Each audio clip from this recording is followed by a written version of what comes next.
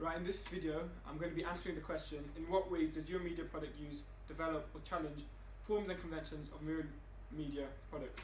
So this is my front cover. The first thing I'm going to be talking about is the masthead.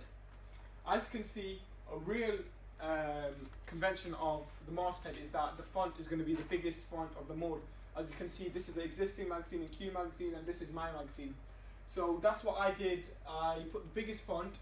I had the masthead as the biggest font in the magazine, so it stands out and it shows what the actual masthead is and like what the name of the magazine is. Also, what I did is a key genre convention that I used was that you probably can see that the key image is in front of the masthead, just the same as mine, which is a key genre convention that you see in various different magazines. So this is just to show like just to prove that your magazine is very popular and it doesn't really need anything, like it doesn't really need, like if something was above it, it doesn't really affect the magazine. Another thing about the masthead, what I did is, a key genre convention is that what they do is they get the masthead, the font, and they have it a different font to the rest. So I chose a unique font for the masthead, just how Q magazine did the same there, and then all the other fonts, they're all different, so none of them are similar. So this is a key genre convention that I used. So in my magazine, key genre convention that is seen in music magazine is that the cover line is a different font to the rest, and you can see how Ed Sheeran is a different font and there's not really another font like that. What I did is my main cover line, I just had it as like the same font as others because I just wanted to keep it simple. I didn't want any different kind of things in it because it just shows professionalism. Also, but what I did do is there's a genre convention of anchoring the key image, which obviously here it did. It says Ed Sheeran, an everyday tale of one man, his guitar and global superstardom, and that anchors the key image just as mine does when it says Maz Records next biggest thing, and that's like what the main cover line is. And having it, as most music magazines do, having it the bigger font, as this has a bigger font than all these, I believe is very effective as it stands out and it shows to the audience that that's the main cover line.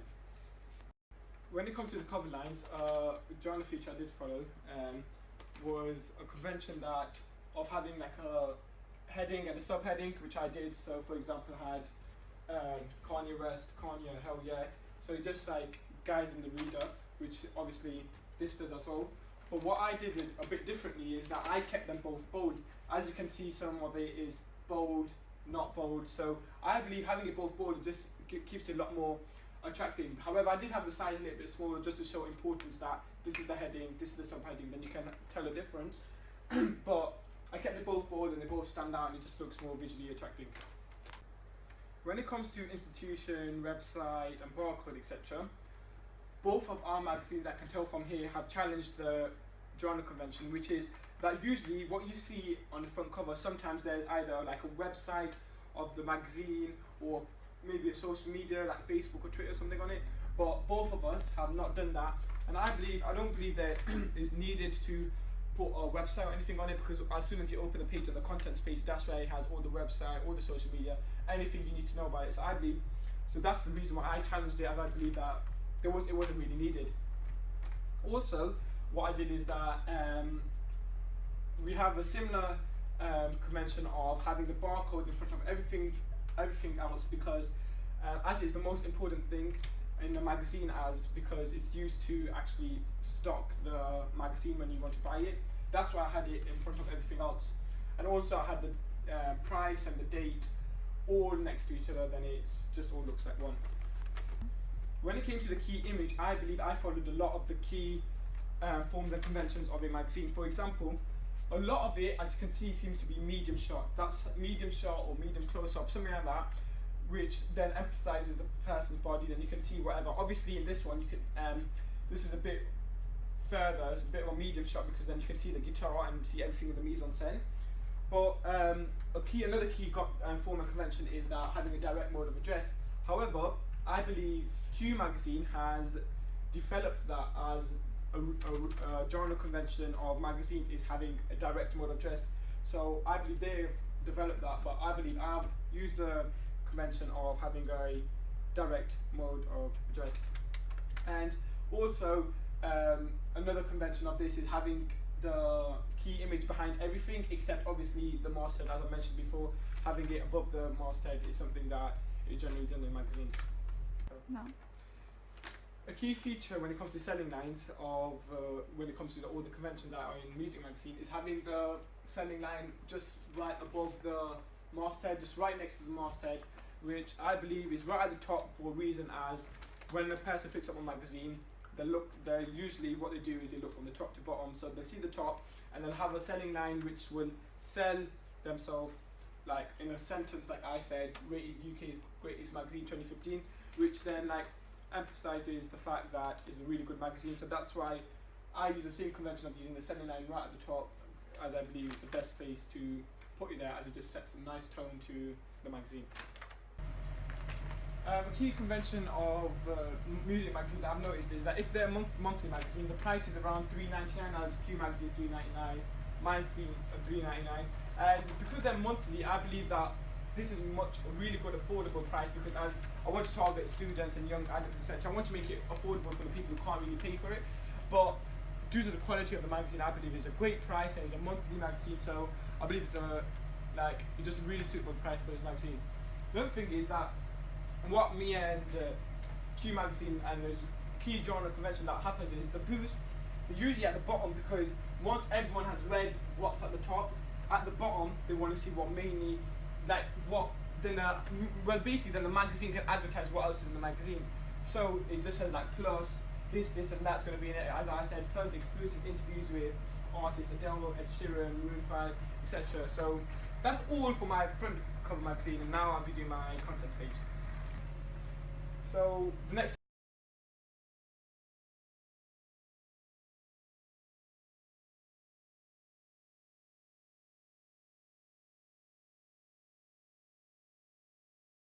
set up, they're equally separated from everything else, exactly the same as mine. I've got a column there, like a little column there to separate these two, and I've got like one big column there. So and I've got these lines I added just to like separate stuff, and there's some small grey lines you probably can't see. So I followed the convention of having like legit everything, the main contents of it, like the features here with the cover story and the regulars here, so it just separates everything in a good position. Also, when it comes to the alley and gutters, I've got equal widths and heights everywhere, so like everything, like for example, if you had to measure certain parts between everything, they'll all be equal.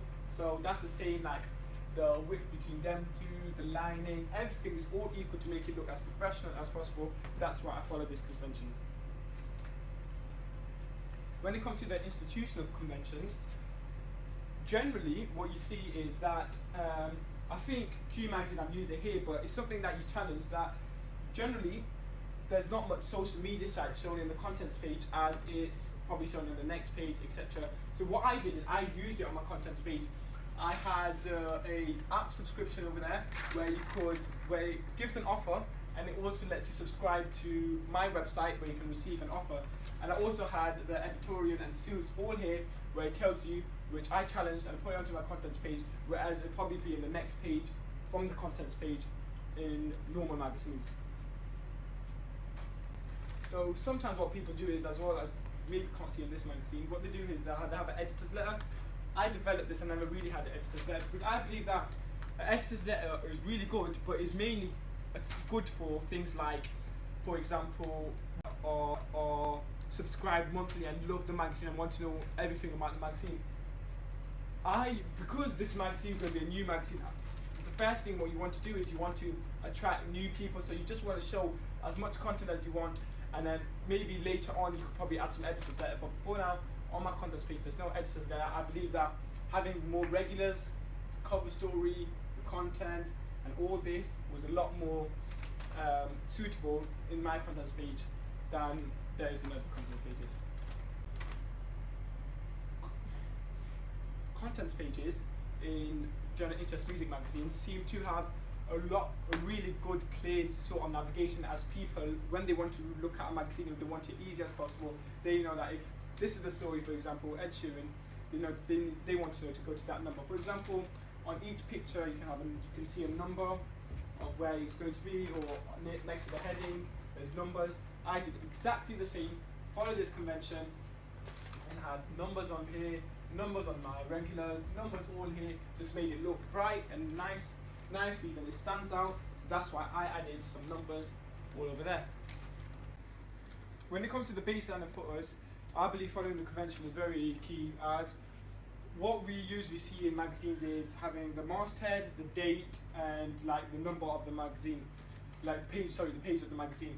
So that's what I did. I had the date, it says December 2015 as the masthead. It also has the number of the page. So that's what I did. Also for header, usually I believe I developed it a little bit, because usually the footer goes header goes all the way throughout. What I did is I just had half of it, which I had like my masthead at the top off, which leaves more space for my magazine to add more stuff, which I did not offer. So I believe it just adds more content than that. So I believe it just looks a bit more interesting and more information at the content page. Obviously, as content pages, again, convention is to have subheadings and headings, as nearly all magazines have. So I followed the exact same rule: headers, heading, then have a subheading, just with a little brief description of what it's going to be about. For example, huge collab, David Guetta joins up with Mystery Producer with a nice picture of someone at my studio, just looking really good. So that's a really good thing that I did for my magazine. Right, so now I'm going to be talking about my double page spread. So first thing I'm going to be talking about is the body text.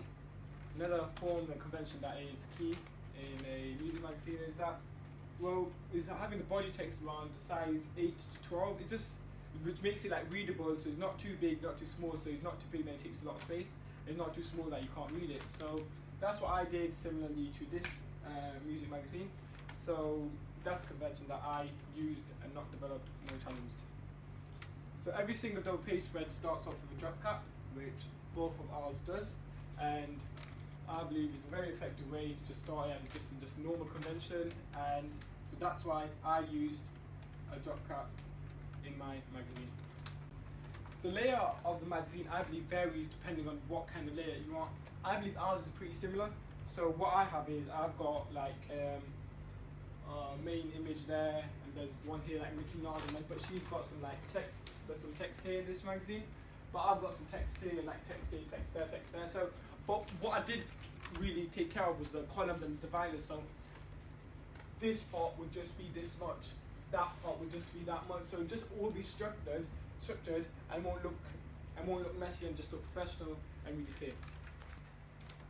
When it comes to the image, etc., and the captions, to make it look interesting, what usually is done is that they separate the key image throughout both the pages, then it just looks a lot more interesting rather than, because what I did want to do before is I was just going to have the key image for one page, but I tried out having it both pages. That's what I did, and now it looks a lot more better, and I just put it behind the headline, whereas this one is in front of the headline. But I believe that having it behind the headline just emphasised the headline a bit more, so that's why I did it like that. But when it comes to the caption, I've got my caption there, and Nicki Minaj's like little quote shit. I said shit. And Nicki Minaj has a caption over here where she has whatever it just links to the image, and I've got one saying Maz Records, I changed my life from Trisha Tack. So it just usually it's either like a quote that just talks about what whoever is in the key image just talks about that, or it's just like some small sentence introducing what the article is going to be about. Right, finally, for my conventions, for my kicker, footer, baseline, all of it are all used. Literally, just follow the conventions. I had my masthead, number, date, same thing as I did for the contents page, which similarly it was used in this magazine. And also, my kicker was bigger than the body text. Size was a bit bigger, so as that's a convention, as that it needs to stand out to the others, then it can attract the audience and just like in one or two sentences just tell you what the double page spread article is going to be about. One final thing I did is I challenged it, I kind of developed or challenged it, because I added a sidebar where I can like talk about my top 5 songs and just a bit more information about my social media, which just adds more space and adds more information about what my magazine is about. So overall, I never really challenged or developed much because as it's a general interest magazine, I don't really need to do it because it's a general interest magazines are inventive as they are. So like, there's not much to really challenge or develop because you want it simple but effective at the same time, and changing it might be a bit unusual. So that's what I did for my general interest magazine.